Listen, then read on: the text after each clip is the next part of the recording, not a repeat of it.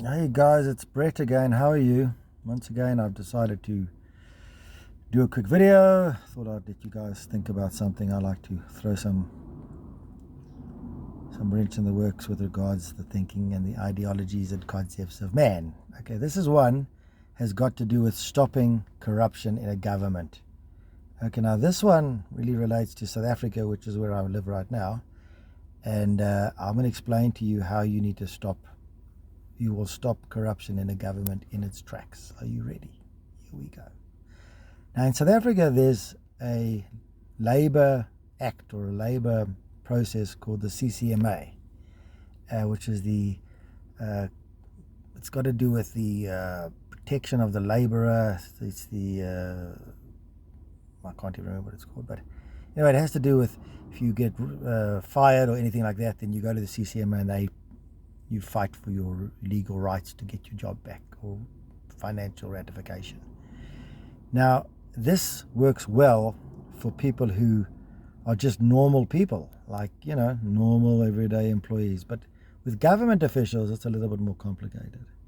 So what I thought is these guys needed to sign contracts, agreements, binding, that when they are employed, they must agree that if they get caught committing any crime, any legal violation of the law, stealing, corruption, anything like that, and it's not even a negotiation, it is signed and sealed and agreed upon that they will be dismissed immediately. If there's even a suspect that they're involved in any kind of corruption, they will be dismissed. And in that agreement as well is that their children will never be able to be involved in any government dealings.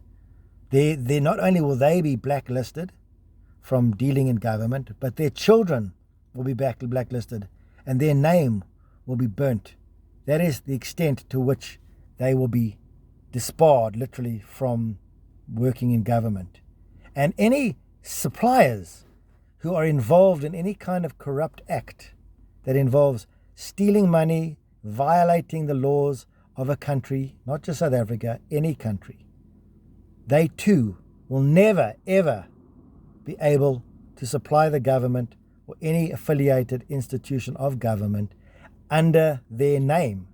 Which means that if they own a company and they are caught paying bribes or being involved in some sort of shenanigans that isn't in conformance with the rules of the game, then they are ostracized, they are segregated, they are literally blacklisted from dealing in government. And if they close that company and the next day open another company, and even if they are a side director and they're not directly affiliated, that company will not in any way be able to deal with government. And their family, their children, will not be able to deal with government. They too will leave a legacy and their bloodline, to their bloodline. That is how it will be. And that contract that is signed in place must be binding and it must be legal, and it is only separate to government officials. And there is no CCMA. If they choose to take legal action against their dismissal, they must do so at their own legal expense. They must employ their own lawyer. They must be prepared to fund their own legal case.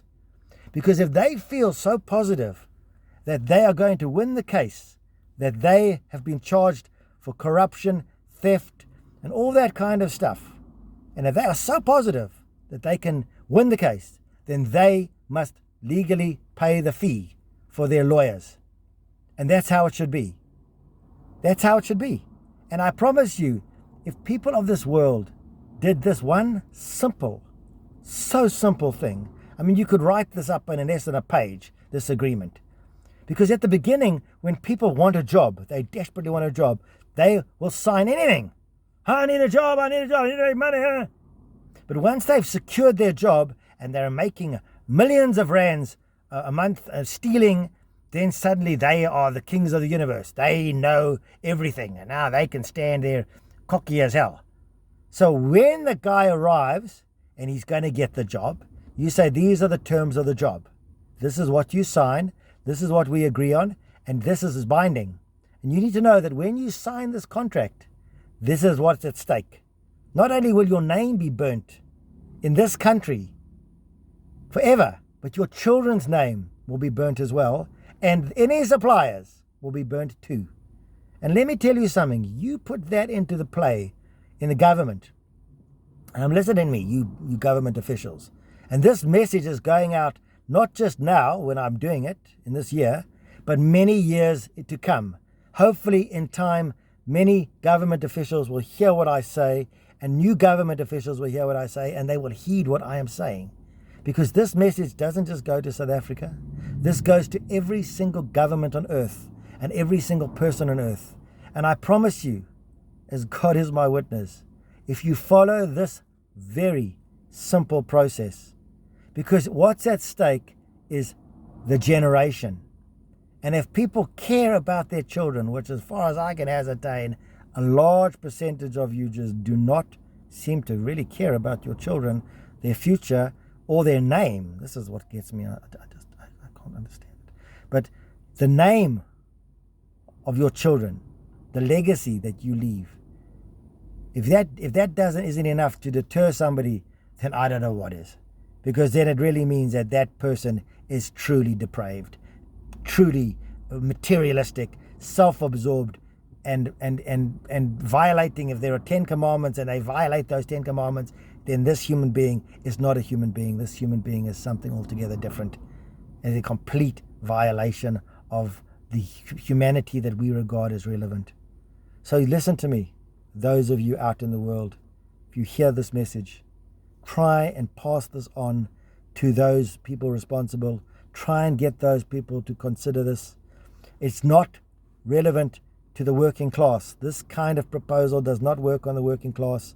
Unfortunately, this proposal only works on the upper echelon, the individuals that are untouchable, that feel that they are gods among men.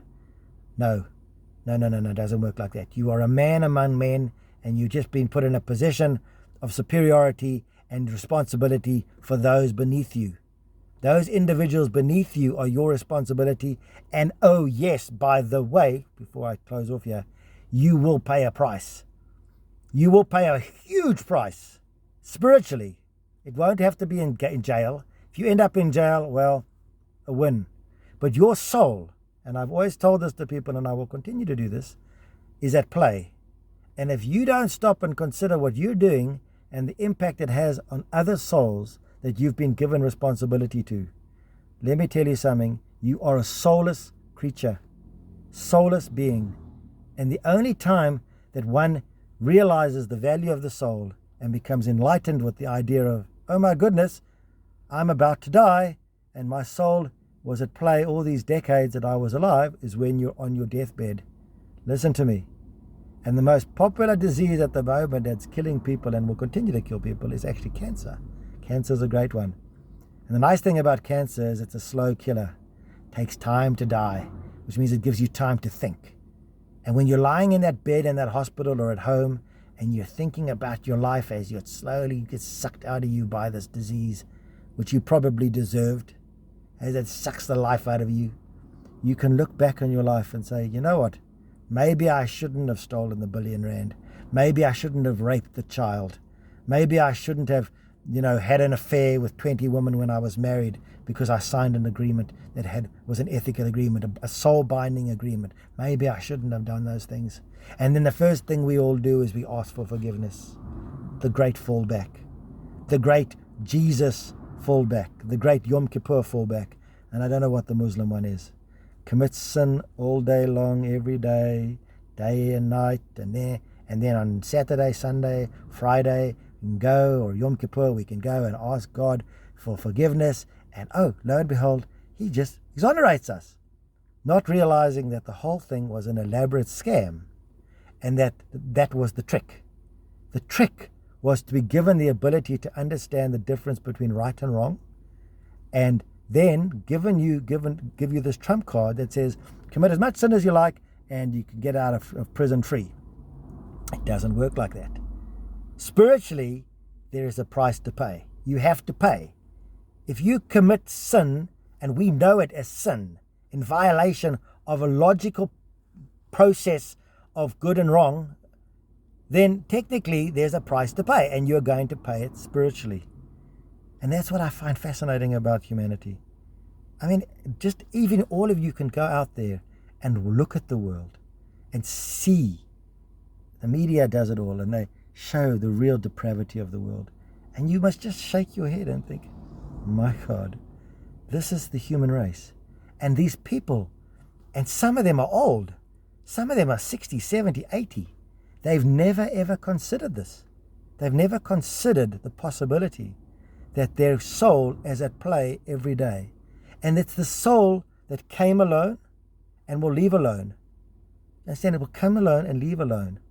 And whatever you did on this plane, somehow you are going to pay a price in the hereafter. And all the money in the world, all the pleasures, physical or otherwise, that you achieved or never achieved because you died before you had a chance to do them, whatever those are, it's irrelevant. It means absolutely nothing, because you are the soul and everything else is of the earth. Everything. Think about it. Is there anything you own that isn't of this planet except the thing that's in your chest? Nothing. Not a thing. So let me tell you something. Going back to the original thing I said, that contract that we are going to get these government officials to sign will bind them in a situation that they cannot get out of. And that is what I think is the best solution in preventing government corruption. Because at the end of the day, there's a lot to lose. Anyway, there's a lot of information I just gave you in the last 10, 11 minutes.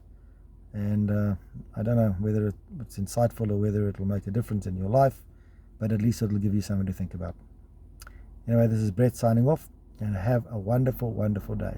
Ciao, bye.